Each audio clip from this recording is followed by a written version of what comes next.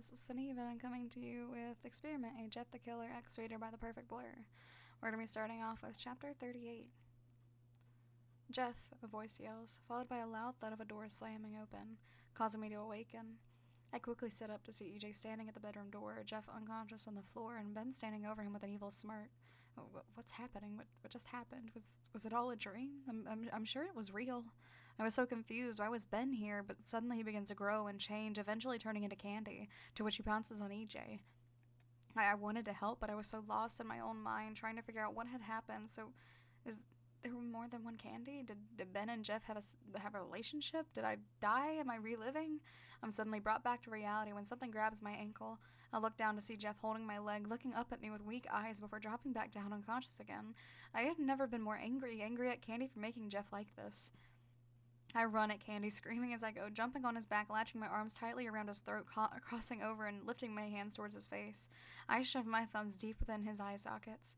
He yells in agony, desperately trying to throw me off, but I hold on as tight as possible, lowering my head and biting his ear and yanking back and ripping off a chunk. He roars, grabbing me and throwing me over his head against a wall, and I hit it with a thud and slide down, gasping on impact. He stomps over to me, full of rage, eyes red, sore, and watery, holding his ears. Blood soaks his hand. But just as he reaches me, EJ grabs him from behind, holding a knife to his throat and pulling him back.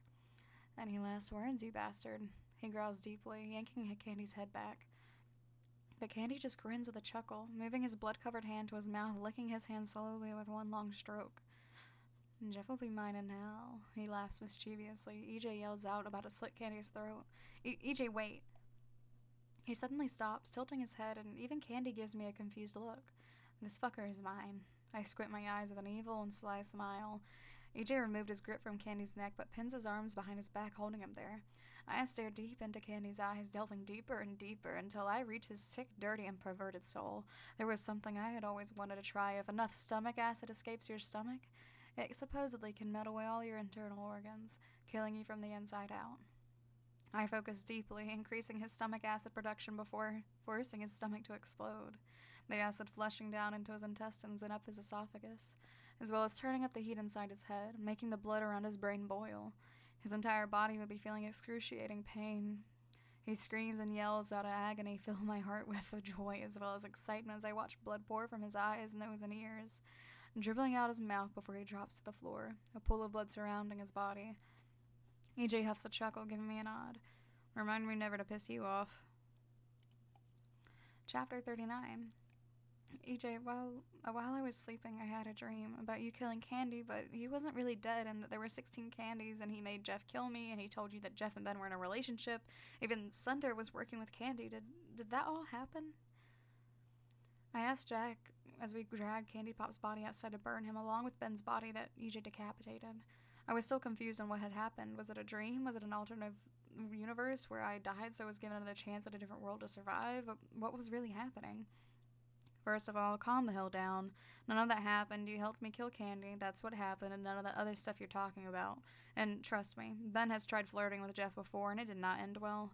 So I doubt they were in a relationship before you turned up. Also, Slender never takes sides." I couldn't help breathe a sigh of relief now that I could be with Jeff and not feel guilty. I mean, even if Ben is dead now, so it wouldn't matter anyway. I still would have felt off about the whole thing, but now luckily I don't have to feel that way. We arrived at where Ben's body was. I couldn't help feel sorry for him. Poor Ben.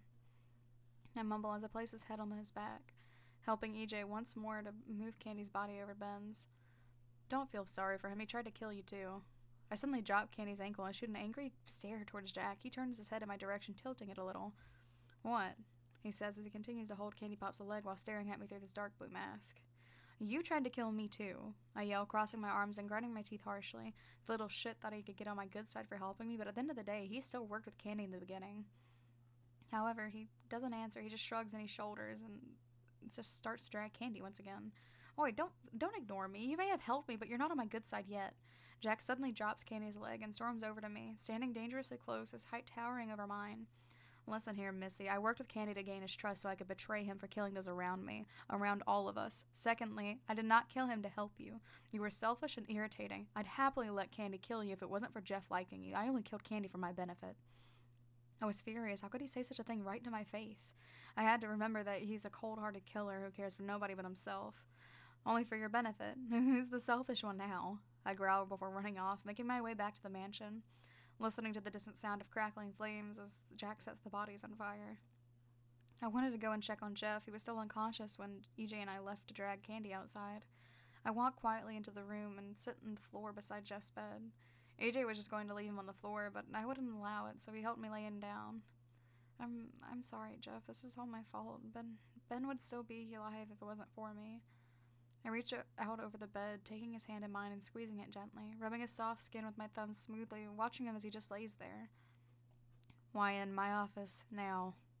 A voice suddenly speaks from behind me. I quickly turn my head briefly to see Sunder before he disappears without a trace. Oh, fuck. Chapter 40.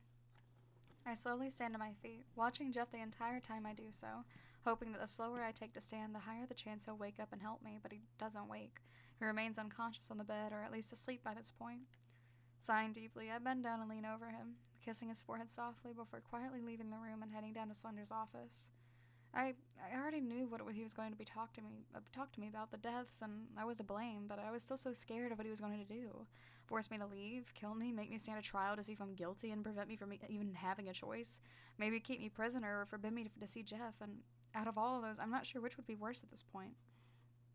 Once I reached Sunder's office, I don't knock right away. I needed a few seconds to calm myself and prepare for what was behind the door. Taking a deep breath, I raise my hand and make a fist, reaching to knock on the door, but just before I do so, Sunder ordered me to enter. I never even got a chance to knock. It's like he knew I was there. Everything's going to be okay, I tried to reassure myself as I opened his office doors and stepping inside. But once I see what was waiting for me, my heart rate increased dramatically almost instantly. It was the rake. The monster that had attacked me all the time ago, not long after I first came here as a maid. He had a metal collar around his neck to which a long chain was attached, restraining him on the other end of the chain, attached to a buckle on the wooden floor. I slowly make my way over to Sunder's desk, watching Rake the entire time after every step I took. He watched me intensely, growling lowly as I grew closer and stopping once I reached the desk. Since you came to live here, members living in this mansion have died. Others could have been harmed too. Sunder began talking straight away, cutting right to the point, not even a little warm-up, just dived right in. So I have to make a choice on what to do with you. Allowing you to stay could be a potential hazard towards the others. Look, Sunder, I'm really sorry. I didn't... How dare you interrupt me? He yells angrily, standing out of his chair.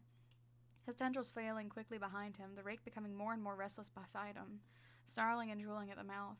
I couldn't help but gulp as Sunder's tall figure leans down over his desk, his featureless face only inches away from mine. My breathing became shaky as I started to panic, and I realized I wouldn't be able to manipulate or kill Sunder as he has no eyes for me to lock onto. I have two options. One, I let Rake kill you right here, right now, leaving no evidence you were even here. You can't do that. Jeff wouldn't forget about me. He'd remember I was here. I am getting sick and tired of you interrupting me. He roars as a tendril wraps around me tightly, lifting me into the air, squeezing tighter and tighter, so much so I couldn't speak a word and could barely breathe.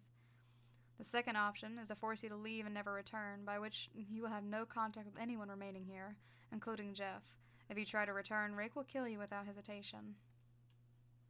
Sunder lowers me back to the ground, unwrapping his tendril, but the moment he does, I instantly gasp for air harshly, drawing in as much oxygen as I possibly could. Make your choice. This was not fair. I want to stay and be with Jeff, but that means Rake would kill me, but if I leave, I never get to see Jeff again.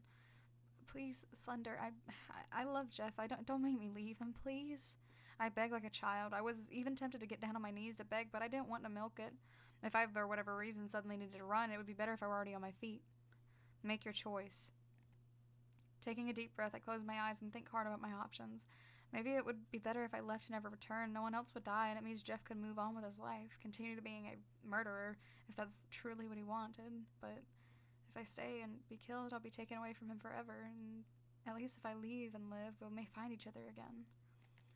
Sunder's POV. Lion sighs, opening her eyes and looking up at me as I stand tall, looking down at her small, vulnerable, pathetic, and weak figure. If I leave and never speak to Jeff again, I'll live, right? Yes. She nods slowly as tears begin to fall down her cheeks. Worthless human emotion never gets you anywhere but in trouble. Fine, I'll leave, she cries, turning and leaving my office, the door closing behind me, and I turn my head in Rake's direction, shattering his chain to set him free. The moment she steps foot into the forest, kill her. that is the end of those chapters. The chapter after this one is chapter 41. Let me know what you guys think about that. I'm hoping, I don't even know what I'm hoping at this point, but we're going through this together, so that's all that matters. You guys have a lovely day, and I'll see you guys in the next video. Bye bye!